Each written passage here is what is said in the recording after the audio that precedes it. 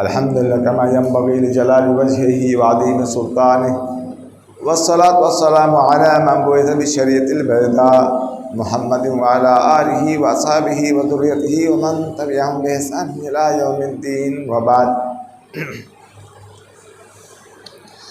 برادران اسلام، حاضرین جمعہ، سب سے پہلے پہل اس وحدہ لا شریک کی تمام تعریف اور بڑائی لائق اور زیبا ہے، جس نے ہمیں اشرف المخلوقات بنا کر اس زمین میں اپنی عبادت کے لیے مبعوث فرمایا ہے۔ اس کے بعد ہمارے آخری نبی محمد رسول اللہ صلی اللہ علیہ وسلم پر درود و سلام نازل ہو، اللہم صلی علی اللہم بارک علیہ۔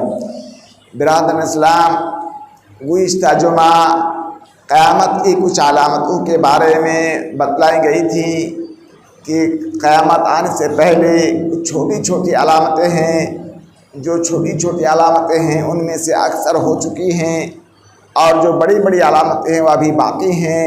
ان میں سے کہا گیا تھا کہ سب سے بڑی علامت اور پہلی علامت ہوگی دجال کا آنا، اور وہ دجال 40 دن تک روئے زمین میں رہے گا اور پوری دنیا میں فساد پھیلائے گا، اور یہ دجال کے بعد پھر حضرت مہدی، امام مہدی آئیں گے۔ اس کے بعد عیسیٰ علیہ السلام کا نزول ہوگا، دمشق کے جامع مسجد میں آپ نازل ہوں گے، آپ شریعت محمدیہ کے مطابق حکومت چلائیں گے، اور پوری دنیا میں عدل انصاف سے بھر جائے گا اور خوشحالی آئے گی۔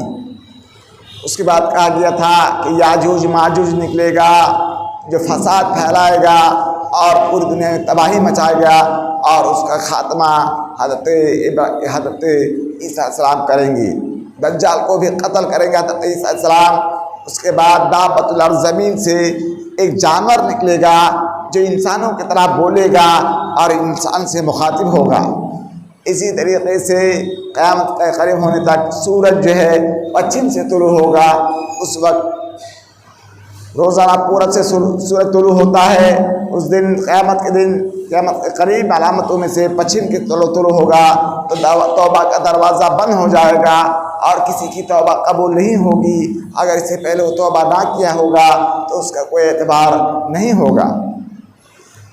اسی طریقے سے 3 جھٹکا آئے گا، خسف ہوگا، زمین میں دھسایا جائے گا، ایک مشرق میں، ایک مغرب میں، اور ایک جزیرۃ العرب میں۔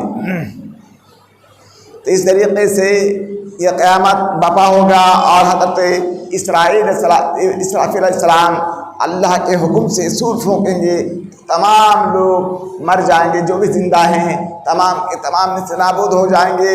اس کے بعد دوبارہ سور پھونکیں گے، دوبارہ سور پھونکنے کے بعد تمام لوگ قبر سے دوبارہ زندہ ہو کر میدان محشر کے لیے تیار ہو جائیں گے، جمع ہونے کے لیے۔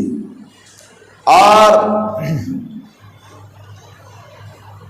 تو یہ باتیں بتلائی گئی تھی، انشاءاللہ العزیز آج بھی ہم بتلائیں گے انشاءاللہ جو قیامت کی ہولناکیوں کے بارے میں، کہ کس سے قیامت قائم ہوگی، اور انسان بڑی دردناک اور بہت ہولناک، بھیانک اور خوفناک منظر ہوگا قیامت کا۔ اور ہمارے اعمال کا دار و مدار خواتین پر ہے۔ ہم جس خاتمہ میں مریں گے اس کے حساب سے ہمارا حساب ہوگا۔ اگر ہم نے ساری زندگی برائیوں میں گزارا ہے اور موت کے وقت اگر اچھا کام کر لیا، نیکی کر لیا، توبہ کر لیا، تو ہمارا حشر نیک لوگوں میں ہوگا، نیک لوگوں میں ہوگا۔ اسی طریقے سے اگر کوئی شخص پوری زندگی اچھائی میں گزارا اور آخر میں وہ مرتد ہو گیا یا برے اعمال کا کیا، تو اس کے پاداش میں اس کو ویسے ہی بدلہ دیا جائے گا، اور ان کی نیکیاں تمام بیکار ہو جائیں گی۔ تو اس طریقے سے ہمارا اعمال کا دار و مدار جو خواتین پر ہے، اس لیے ہمیں ہمیشہ دعا کرنی چاہیے اللہ سے کہ اللہ ہمارا خاتمہ خیر ہو، خاتمہ اچھائی کے ساتھ ہو، توبہ کے ساتھ ہو، نماز روزہ کے ساتھ ہو، حج زکوٰۃ کے ساتھ ہو، اور مومنوں کے ساتھ ہو، مسلمانوں کے ساتھ ہو، قرآن و حدیث کے مطابق ہو، جنت میں جنت لے جانے والے اعمال کے مطابق ہو، تاکہ ہم دنیا میں بھی سرخ ہو سکیں اور آخرت میں کامیابی کے ساتھ جنت میں داخل ہو سکیں۔ اسی طریقے سے جب ہم اٹھائے جائیں گے، قبر سے اٹھائے جائیں گے، قیامت کے لیے میدان محشر میں جمع ہوں گے، تو اس وقت ہم کہاں ہوں گے؟ یہ زمین کو بدل دی جائے گی، یہ آسمان کو توڑ پھوڑ دیا جائے گا، زمین سفید سرخی مائل ہوگی، مسطح ہوگی، جنگلات، پہاڑ اور جنگلات اور ریگستان نہیں ہوں گے، بلکہ چٹیل میدان ہوگا، بالکل برابر میدان ہوگا، اور ہمارا حساب کتاب شروع ہوگا۔ تو یہ زمین بدل دی جائے گی، آسمان بدل دیا جائے گا، اور ہمارا حساب کتاب شروع ہوگا۔ اسی طریقے سے جب ہمیں پہلا سور پھونکا جائے گا تو اس وقت دنیا تمام کے تمام فنا ہو جائیں گے، تمام کے تمام لوگ ہلاک ہو جائیں گے، مر جائیں گے۔ پھر دوبارہ سور پھونکیں گے تو تمام لوگ اٹھائے جائیں گے، زندہ ہو جائیں گے۔ انسان جب مرتا ہے، قبر میں رکھا جاتا ہے، تو ان کا سارا جسم ہڈیوں کے ساتھ سڑ گل جاتا ہے، مٹی میں مل جاتا ہے، الا عظم الذم، پیچھے کی ہڈیوں میں سے ایک چھوٹی سی ہڈی ہے جس کو کہ عربی میں ایک عظم الذم کہا جاتا ہے، وہ باقی رہے گی، وہ ہڈی، اسی سے انسان کا دوبارہ جوڑ کریں گے اور پیدا کریں گے۔ اللہ تو ہر چیز پر قادر ہے، تو اللہ ہمارا دوبارہ ہم کو اٹھائیں گے۔ یہ ہمارا عقیدہ قیامت کے بارے میں، کہا اللہ کے بارے میں۔ اس کے بعد جب ہم اٹھیں گے تو ہم ہوش و حواس میں ہوں گے۔ مثلا کافروں کو جب اٹھایا جائے گا، حساب لیا جائے گا، ان کا ہوش صحیح سالم ہوگا، آنکھ ٹھیک رہے گی، کان سے سنے گا، آنکھ سے دیکھے گا، منہ سے بولے گا۔ اس کے بعد جب جہنم کا فیصلہ ہو جائے گا کافروں کے بارے میں، تو ان کو اندھا کر دیا جائے گا، بہرا کر دیا جائے گا، گونگا کر دیا جائے گا، اور گھسیٹ کر کے چہرے کے بل جہنم میں ڈال دیا جائے گا، اور وہ چلائے گا، اور پھر اس کو لوٹا دیا جائے گا تاکہ وہ عذاب کا مزہ چکھے۔ کافر اور مشرک کی یہ حالت ہوگی۔ اس کے بعد تمام انسان جو اٹھائے جائیں گے، ننگا پیر، ننگا بدن، بغیر ختنہ کی ہوئی۔ سبحان اللہ عظیم۔ قیامت کا بہت ہی دردناک واقعہ ہوگا۔ بدن میں کپڑا نہیں رہے گا، ختنہ کیا ہوا نہیں رہے گا، پیر میں جوتا چپل نہیں ہوگا، ننگا پیر، ننگا بدن اور بغیر ختنہ کے تمام لوگ اللہ کے دربار میں اٹھایا جائے گا۔ ہولناک منظر ہوگا، پریشانیاں ہوں گی، اور اس وقت سوال کیا جائے گا۔ کس چیز کے بارے میں سوال کیا جائے گا؟ نعمتوں کے بارے میں۔ ہمیں جو اللہ نے اس دنیا میں نعمت دیے ہیں، آنکھ کی نعمت، کان کی نعمت، پیٹ کی نعمت، سر کی نعمت، عقل کی نعمت، روزی کی نعمت، کھانے پینے کی نعمت، ہر طرح کی نعمت جو ہم دیکھ رہے ہیں، محسوس کر رہے ہیں، پا رہے ہیں، اس کو جھیل رہے ہیں، بھوگ رہے ہیں، ان تمام نعمتوں کے بارے میں اللہ رب العالمین سوال کریں گے۔ لَتُسْأَلُنَّ يَوْمَئِذٍ عَنِ النَّعِيمِ، قیامت کے دن سوال کیا جائے گا نعمتوں کے بارے میں۔ ہمیں جو نعمت دیے ہیں اس کو ہم نے کار خیر میں لگایا نہیں، اللہ کے راستے کے لیے لگایا یا نہیں، ہم نے جنت اور جہنم کے لیے لگایا نہیں، جنت جانے کے لیے، جہنم سے بچنے کے لیے لگایا نہیں، پوچھا جائے گا۔ پھر اس کے بعد ہمیں سوال ہوگا، ہمارا حساب ہوگا، اور امت محمدی کے 70,000 ایسے آدمی ہوں گے جو لوگ بغیر حساب کتاب کے جنت چلے جائیں گے. ان کا کوئی حساب نہیں ہوگا, کوئی عذاب نہیں ہوگا, براہ راست جنت میں داخل ہو جائیں گے. اور جنت میں داخل ہو جائیں گے اور بقیہ لوگوں کو حساب کیا جائے گا, پوچھا جائے گا تم نے فلاں عمل کیوں کیا تھا, فلاں عمل کیوں کیا تھا, اس کا بدلہ یہ ہے, اس کا بدلہ یہ ہے. سوال جواب ہوگا قیامت کے دن, مناقشہ ہوگا, اور جب مناقشہ ہوگا تو اکثروں کو عذاب دیا جائے گا. اس لیے ہمارا یہ عقیدہ ہے, جو موحدین ہیں لیکن وہ ساتھ ہیں, گنہگار ہیں, گناہ کیا ہے, تو اللہ کی مشیت میں ہوں گے. اللہ چاہے تو اس کو معاف کر دے اور جنت میں داخل کر دے, اور چاہے تو اس کو عذاب دے. لیکن ہمارا یقین ہے, ہمارا ایمان ہے کہ جو بھی مسلمان ایمان کی حالت میں رہے گا تو اللہ تعالیٰ ان کو جنت میں داخل کریں گے, یا تو سزا بھگتنے کے بعد یا دخول اولی, معاف کر کے دخول اولی ہو جائیں گے. اسی طریقے سے سب پسینہ میں پریشان حال ہوں گے. یہ سورج سروں کے اوپر آ جائے گا کچھ فاصلے میں, تمام لوگ پسینہ سے پریشان حال ہوں گے. اپنے اعمال کے مطابق پسینہ ہوگا.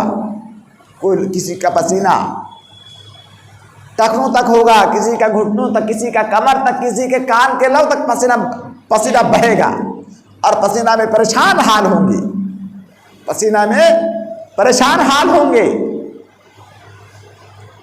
اس طریقے سے ہوگا. لیکن اس دن جب کوئی سایہ نہیں ہوگا, اللہ کا عرش ہوگا, اور اللہ کے عرش میں 7 قسم کے آدمیوں کو, 7-8 قسم کے آدمیوں کو سایہ دیا جائے گا. ان میں سے ایک انصاف کرنے والا بادشاہ, اللہ کی وجہ سے 2 آدمی محبت کرتا ہے تو ان دونوں کو اپنے عرش کے نیچے جگہ دیں گے. ایک نوجوان جو اللہ کی عبادت میں پلا بڑھا تو ایسا شخص کو بھی اللہ رب العالمین اپنے عرش کے سایہ کے دن سایہ دیں گے. اس کے بعد جو مال کو خرچ کرتا ہے اور چھپا کے کرتا ہے, یہاں تک کہ اس کا بائیں ہاتھ کو پتہ نہ چلے جو داہنا ہاتھ خرچہ کیا ہے. اس کے بعد یہ عرش کے نیچے سایہ ہوگا. اس کے بعد تمام لوگ پریشان حال ہوں گے, پسینہ سے پریشان ہوں گے, گرمی سے پریشان ہوں گے, ہولناکی سے پریشان ہوں گے, اور اپنے اعمال کی وجہ سے اعمال کے مطابق پریشان ہوں گے. تو تمام لوگ اکٹھا جمع ہوں گے اور کہیں گے چلو ہم سب کے باپ آدم کے پاس. تمام لوگ حضرت آدم کے پاس آئیں گے اور کہیں گے یا آدم انت ابونا, یا آدم تو ہمارے باپ ہے, تمہاری نسل سے ہم ہیں, ہم پریشان حال ہیں, اللہ سے سفارش کیجیے کہ ہماری حالت کو اچھی کر دے. آدم کہے نفسی نفسی, میں نہیں کر سکتا, مجھے جنت میں فلاں درخت کا پھل کھانے سے منع کیا گیا تھا, میں نے کھا لیا تھا, گناہ کر دیا تھا.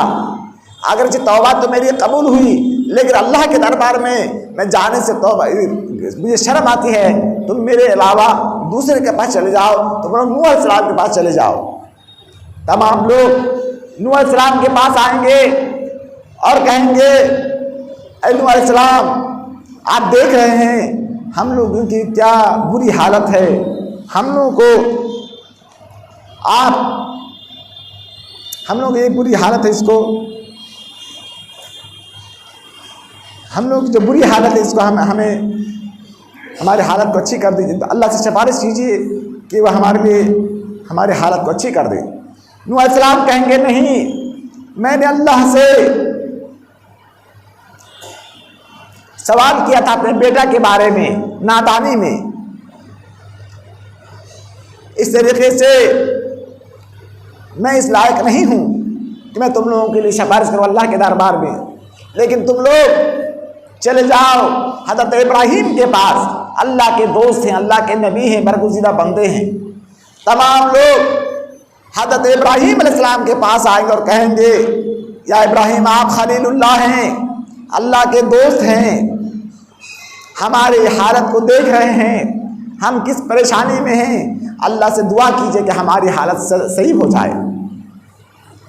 اس کے بعد حضرت ابراہیم کہیں گے نہیں، میں نے جھوٹ بولا تھا، 3 جھوٹ، حالانکہ وہ جھوٹ نہیں ہے بلکہ توریہ ہے، لیکن حضرت ابراہیم کے میں اس لائق نہیں ہوں کہ تمہارے لیے میں اللہ کے دربار میں سفارش کروں، تم لوگ موسیٰ علیہ السلام کے پاس چلے جاؤ۔